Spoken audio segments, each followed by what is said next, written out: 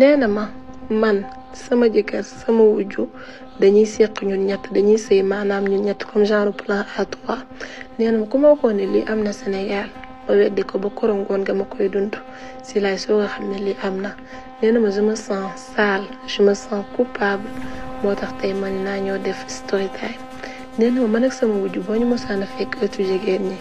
dooni ñii ay wujju lañ tellement que amul benn animosité sama diggante ak moom jàmm lañ sekk kaf foretaan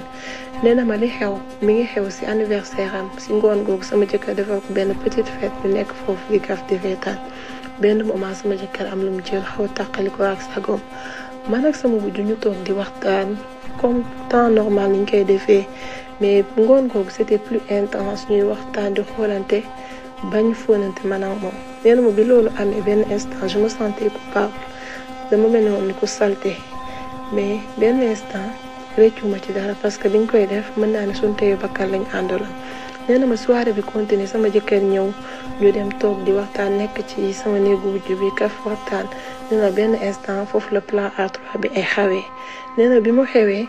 après bi ma xëyee mënatuma xool sama wujju mënatuma xool sama jëkkër tellement que mosuma dund loolu mosuma xam affaire yi ni mu demee nee na ma quelque temps après sama wujju ñëw avoué ay sentiments ne ma sama jëkkër bi ñu nekkal bëgguma ko man yow laa bëgg su ma sañoon man ak yow ñu dund bi ma ko waxee dafa mel ni dafa am benn poids bu dañ ci man ëttu jigéen ñi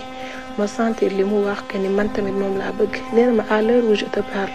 man ak sama wujju ñooy dund quitté nañ suñu jëkkër ñu ngi dund suñu bëggeel mais problème bi mooy bëggeel boobu ñëpp xam nañu c'est impossible fii ci Sénégal